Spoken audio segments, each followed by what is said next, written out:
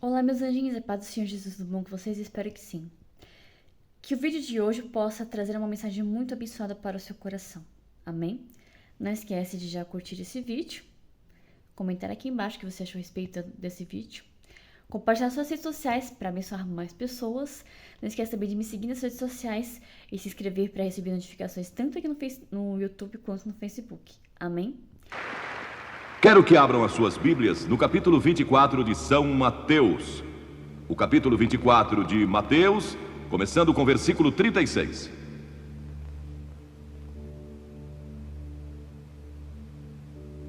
Mas a respeito daquele dia e hora ninguém sabe, nem os anjos dos céus, nem o Filho, senão somente o Pai. Pois assim como foi nos dias de Noé, também será a vinda do Filho do Homem. Porquanto, assim como nos dias anteriores ao dilúvio, comiam e bebiam, casavam e davam-se em casamento, até ao dia em que Noé entrou na arca. E não o perceberam senão quando veio o dilúvio e os levou a todos. Assim será também a vinda do Filho do Homem. A pergunta que eu quero fazer hoje é esta, e eu vou respondê-la de acordo com a Bíblia. O mundo vai chegar a um fim? O mundo vai chegar mesmo ao fim um dia? Há pessoas que acham que alguns de vocês jovens que estão aqui hoje verão esse momento. Talvez aconteça durante nossa vida. Metade dos americanos entrevistados para uma pesquisa há 2 meses declararam acreditar que uma guerra nuclear vai acontecer em nossa época. Logo depois do sequestro do avião da TWA Voo 847, convocaram uma conferência mundial de peritos em Washington para discutir a real e terrível ameaça do terrorismo nuclear. Uma organização terrorista se apossando de armas nucleares e começando uma reação em cadeia que poderia destruir grande parte do mundo. Poderia acontecer? O Dr. Carl Sagan declarou em uma rede de televisão que o consenso atual de opinião de físicos nucleares é que bastariam 100 das bombas em existência para lançar o hemisfério norte no inverno nuclear, depois de destruir 1/3 da raça humana e deixando a Terra coberta por um manto de trevas.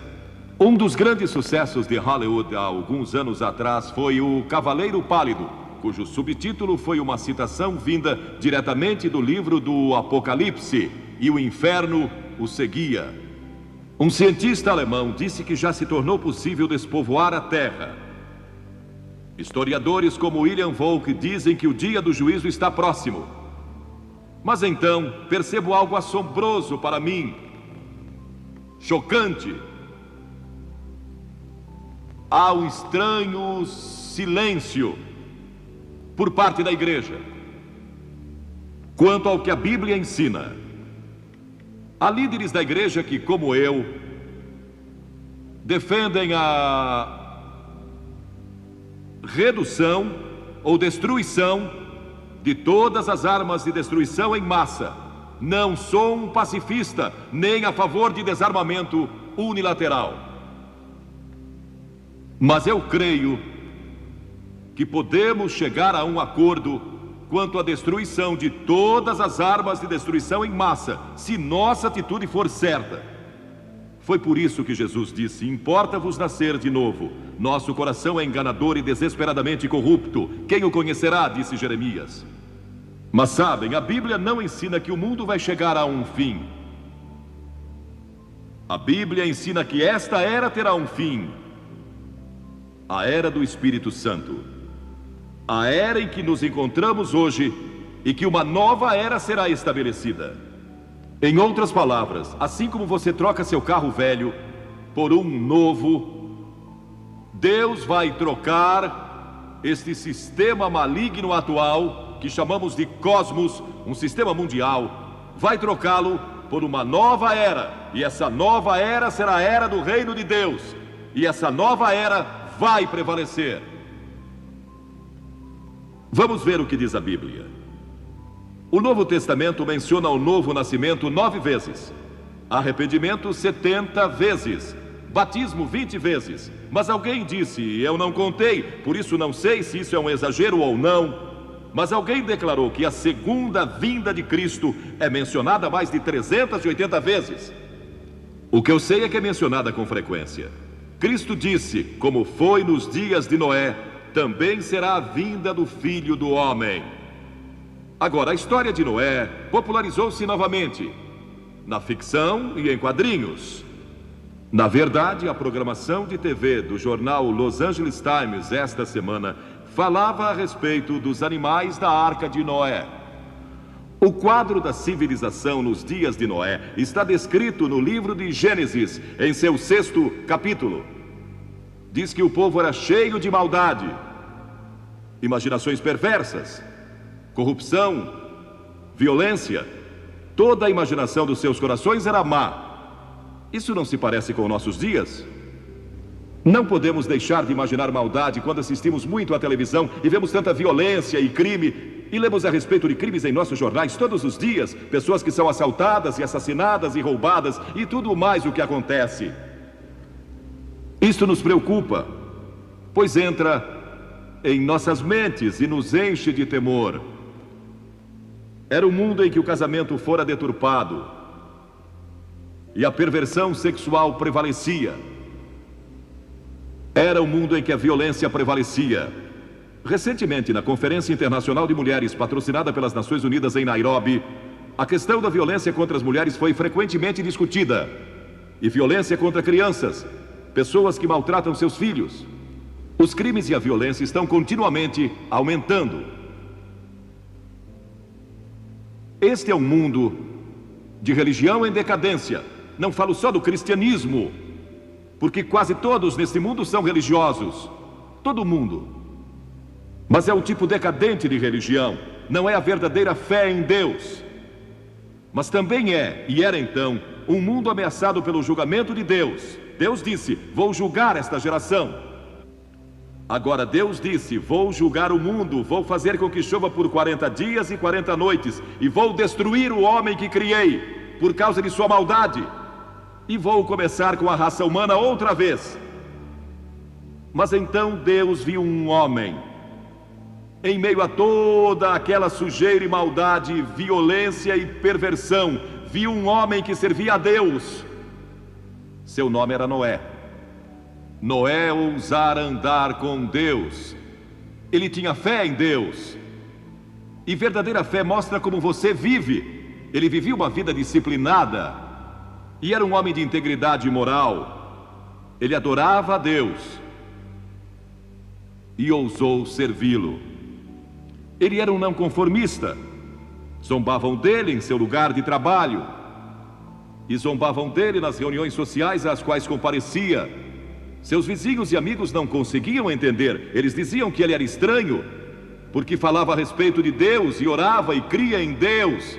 Cria que Deus controlava o mundo.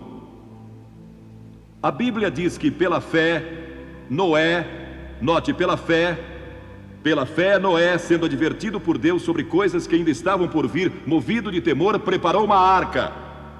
Deus disse, vou mandar um dilúvio, mas tenho que salvar Noé e sua família. Noé vive para mim, e Deus não pode julgar uma pessoa que vive para Ele. Uma pessoa que chegou a Cristo e à cruz, que recebeu o perdão dos pecados e que vive para Jesus Cristo, não pode ser julgada. Já nenhuma condenação há para os que estão em Cristo Jesus. Você nunca comparecerá diante do trono do juízo. Se crê em Cristo, Ele é seu lugar de refúgio. E Noé não podia ser julgado. Então Deus disse, preciso achar um meio de salvar Noé e sua família. Então Deus veio a Noé um dia e disse, Noé, eu vou destruir o mundo e começar outra vez. Quero que construa um grande navio e que o faça de cipreste. Cubra-o de piche por dentro e por fora. Faça-o de 150 metros de comprimento, 25 de largura e 15 de altura, com 3 andares, e põe uma janela e uma porta. E comece logo. Vocês podem imaginar como aquele povo zombou? Construir um imenso navio, tão grande quanto o moderno transatlântico, no meio do deserto. onde nem havia água. Mas Noé, eu imagino, era membro do sindicato, então conseguiu alguns operários. E começaram a construir aquele navio. E imagino que tenha se tornado uma grande atração turística, como a Disneylândia. Pessoas vinham de todo lugar para ver aquele homem maluco, construindo um navio no meio do deserto. E sua única base era a palavra de Deus, nada mais. Agora, hoje em dia, você e eu temos a palavra de Deus que prediz o futuro juízo de Deus sobre o mundo. Mas também temos todas as evidências científicas do que pode acontecer. E provavelmente vai acontecer, de acordo com muitos dos nossos cientistas e líderes políticos. E se houve uma época em que o coração dos homens tremeu de temor devido à incerteza do futuro, sem que ninguém soubesse o que fazer, é hoje.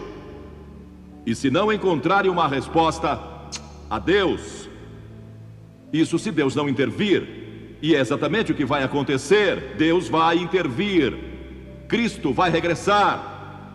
E esta é a gloriosa esperança que todos temos no coração.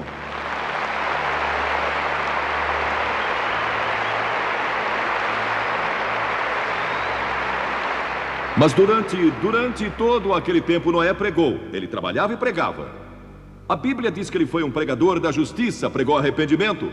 Ele clamava ao povo que se arrependesse e se voltasse para Deus, porque o dilúvio era iminente. Eles nunca ouviram falar de um dilúvio, nunca tiveram um antes. E os meteorologistas o desmentiam constantemente. Não há qualquer sinal de chuva, nenhum sinal de um dilúvio.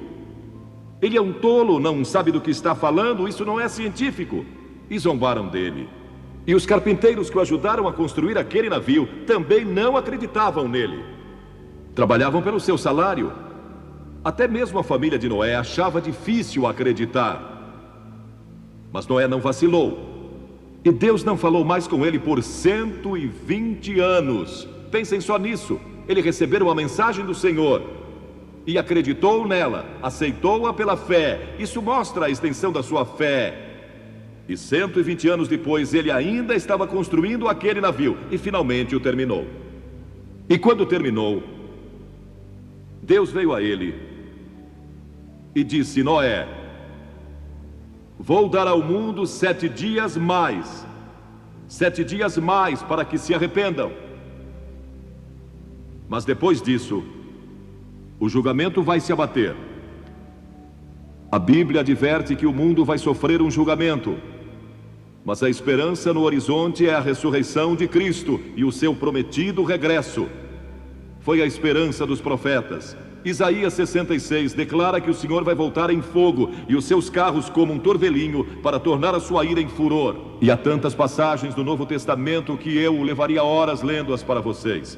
Cristo disse: vou preparar-vos lugar, e quando eu for e vos preparar lugar, voltarei, e vos receberei para mim mesmo, para que onde eu estou estejais vós também.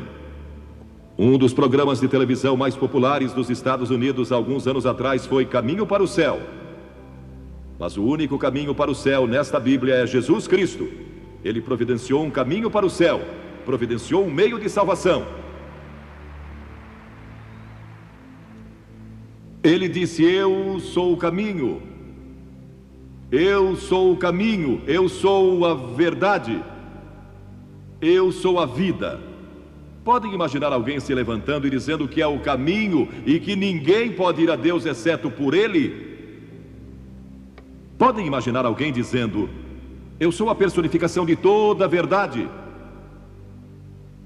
Toda a verdade científica, toda a verdade psicológica, a personificação de toda a verdade moral e religiosa. Só pode ser um louco. Ou ele é mentiroso, um louco, ou é quem declarou ser. E esta é a decisão que você precisa tomar. Se Jesus Cristo é quem declarou ser o Filho de Deus e o único caminho de salvação, o único meio de escape do julgamento vindouro, então é melhor achar o caminho para Ele, e logo, ainda hoje. Não espere, porque ninguém sabe quando nossa hora vai chegar, porque o fim do mundo para você pode ser hoje à noite, no momento em que você morrer. Esse momento vai marcar o fim do mundo para você.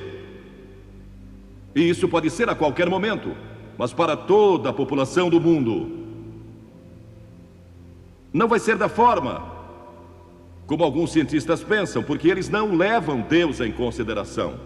E Ele é um Deus de amor e misericórdia, Ele é um Deus de compaixão, mas também é um Deus de julgamento. Mas vai haver pessoas que serão salvas de toda essa confusão, e Deus vai edificar um novo mundo e um novo reino. E esse dia vai chegar, tão certo como eu estou aqui. Varões galileus, por que estáis olhando para as alturas? Quando os discípulos viram a Jesus ascendendo aos céus com lágrimas nos olhos, porque o seu mestre estava indo embora, 2 homens vestidos de branco surgiram e lhes disseram: varões galileus, por que estáis olhando para as alturas? Esse Jesus que dentre vós foi assunto ao céu, assim virá do modo como o vistes subir, ele vai regressar. Quando Cristo vai voltar? Não sabemos. Diz: daquele dia e hora ninguém sabe, nem os anjos do céu, nem o Filho, senão somente o Pai. Mas Cristo disse: estejam preparados, porque na hora em que menos esperarem, o Filho do Homem vai voltar. Você está preparado? Está preparado? Fique em silêncio por um momento e pense nisso. Está preparado? Em Amós 4 lemos: prepara-te para te encontrares com o teu Deus. Você diz: o que devo fazer para estar preparado? Já fui batizado, pertenço à igreja. Não é disso que estou falando. Isso é ótimo, é necessário. Mas você realmente recebeu Cristo em seu coração como Senhor e Mestre? Você se arrependeu? Arrependeu-se dos seus pecados? Arrepender-se significa mudar de direção, mudar sua vida, suas atitudes, a respeito de Deus, de si mesmo e dos outros. Significa um novo estilo de vida sob o senhorio de Jesus Cristo. Significa amar os oprimidos. Você vai ter um novo poder para amar pessoas de outra raça. Significa que Deus vai entrar em sua vida, na pessoa do Espírito Santo, dando-lhe poder para amar e ter paz interior e ter propósito e significado na vida. Significa céu nesta vida, bem como na vida futura. Significa que Deus vai ajudá-lo em seu casamento. E para vocês jovens, Ele vai ajudá-los a escolher a pessoa certa para se casarem. Há tantas coisas que vão lhe acontecer quando você aceitar a Cristo. Isso é arrependimento, é mudança. E você vai ter que deixar muitas coisas erradas em sua vida. Deixá-las. Tem que pagar um preço. Não é fácil. E não estamos oferecendo uma graça barata e conversão fácil e seguir a Cristo sem sacrifício. Jesus disse: quem quiser vir após mim, negue-se a si mesmo e tome a sua cruz. Não vai ser fácil. Paulo disse que todos que quiserem viver piedosamente em Cristo Jesus serão perseguidos. Você será rejeitado por muitas pessoas do mundo. Muitos não vão entender e vão zombar de você como zombaram de Noé. E sua fé precisa estar em Cristo. Ela não precisa ser forte, sua fé não precisa ser grande. Pode ser do tamanho de um grão de mostarda, que mal pode ser visto, mas se for colocada em Cristo é suficiente. Então você se arrepende e crê e entrega sua vida a Cristo. Está pronto? Está preparado? Você veio a esta reunião hoje provavelmente pensando que vai viver muitos anos, mas você não sabe. Na Inglaterra, no ano passado, uma mulher estava a caminho do estádio e tinha resolvido que naquela noite ia se decidir e entregar sua vida a Cristo, mas teve um ataque cardíaco a caminho do estádio e morreu. Espero e oro que ela tenha tomado uma decisão nos últimos momentos de vida. Não espere, tome sua decisão agora. Talvez nunca mais vejamos algo assim no sul da Califórnia. Talvez nunca mais haja um momento em que você esteja tão perto do reino de Deus como hoje. Em outra cidade da Inglaterra, no mês passado, soube de um homem que foi morto num acidente de carro, e isso depois de entregar sua vida a Cristo uma semana antes. E sei que ele está muito grato agora por ter tomado aquela importante decisão por Cristo. Soube de uma menina de 5 anos de idade que ia visitar seus avós e ia viajar sozinha de avião pela primeira vez. E a mãe combinou que o avô iria pegar a menina no aeroporto quando chegasse. E durante o dia, em meio à emoção dos preparativos para a viagem, a mãe assegurou à menina de que o avô estaria no aeroporto quando ela chegasse lá. A mãe levou a filhinha para o aeroporto e lágrimas rolaram por seus rostos quando se despediram. A mãe perguntou: querida, está com medo? E a menina respondeu: não, bem, um pouquinho. Mas se ficar preocupada, vou me lembrar que o vovô vai me encontrar do outro lado e tudo está bem. E quando ficamos preocupados, basta lembrar quem nos espera do outro lado e for lhe dizer quem é: Jesus vai encontrar você do outro lado.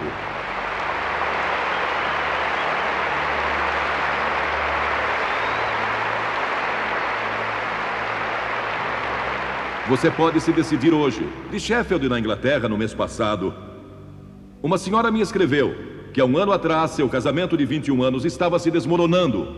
Os papéis do divórcio estavam assinados, o marido estava nas passeatas da greve dos mineiros e a família tinha que viver do seu salário de enfermeira. E ela estava tendo um caso com outro homem.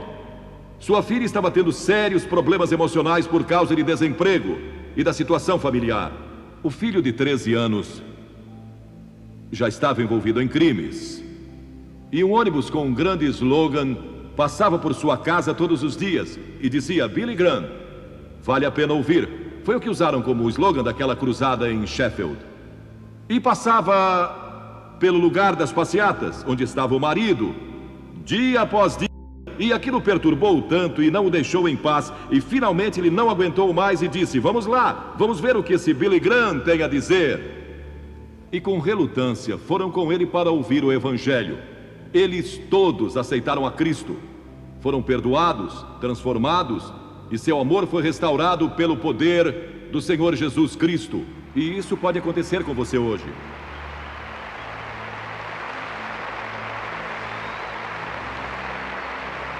E ela disse algo muito interessante. Ela disse: obrigada por ter dado sua vida a Cristo há anos atrás. E por ter vindo aqui para salvar nossa família, que estava à beira da destruição total. Uma mulher aqui veio para rededicar sua vida a Deus, para que Ele a ajudasse a vencer a amargura que tinha contra seu marido, que a abandonou, e então voltou sem sequer pedir perdão. E enquanto estava sendo aconselhada, ela olhou por cima do ombro do conselheiro para esta parte do estádio e, assombrada, disse: lá está meu marido. Ele veio à reunião, ouviu a mensagem e entregou a sua vida a Jesus Cristo. E eles saíram do estádio com os braços em volta um do outro. Isso é o que Cristo pode fazer.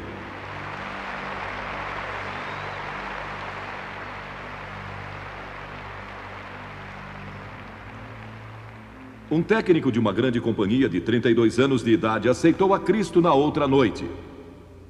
Ele disse: o dinheiro se tornou um obstáculo entre Cristo e eu. Quero entregar a Ele meu amor pelo dinheiro.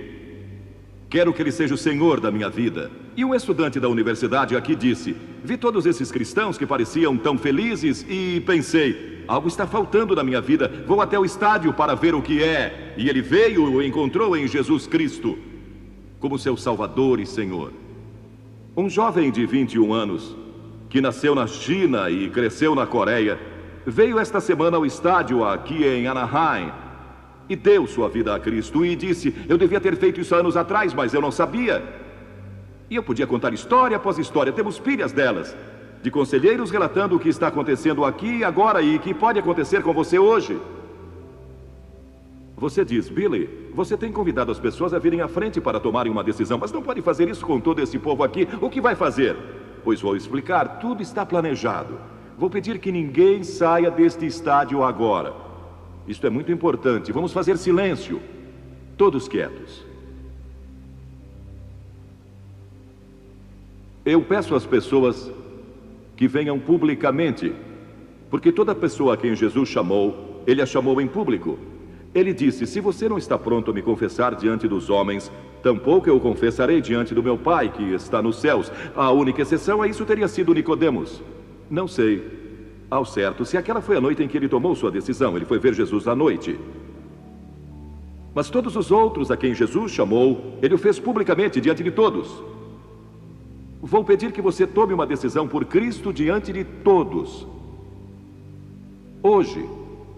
Não vou pedir que venha até aqui à frente, como fizemos nas outras noites. Aqui não há lugar. Mas vou pedir que faça algo que talvez seja ainda mais difícil, e espero que seja, pois quanto mais difícil, mais vai significar. Vou pedir que curve a cabeça e que ore em silêncio. Ore pela pessoa à sua esquerda e à sua direita, e atrás de você e à sua frente. E então vou pedir que cada pessoa aqui que não tem certeza se já nasceu de novo, não tem certeza do perdão dos pecados, não sabe se vai ao céu quando morrer, e quer ter a certeza, quer abrir seu coração e deixar Cristo entrar, e está pronto a se arrepender dos seus pecados e recebê-lo pela fé como Salvador e Senhor. Ele disse que a todos quantos o receberam, deu-lhes o poder de serem feitos filhos de Deus, aos que creem no seu nome. Se com a boca confessarmos a Jesus como Senhor e no coração crermos que Deus o ressuscitou dos mortos, seremos salvos. Vou pedir que se levante onde está, como um testemunho silencioso. Levante-se e fique de pé por um pouco. E então vamos todos orar juntos daqui a alguns momentos. Eu tenho uma palavra especial para você e vou orar com você. E então pode sentar-se outra vez. Mas vou pedir que se levante onde estiver. Centenas de vocês, milhares talvez. Levantem-se. Onde estiverem, ali em cima, nas arquibancadas, não aplaudam, por favor. Se tomou a decisão, levante-se onde você estiver.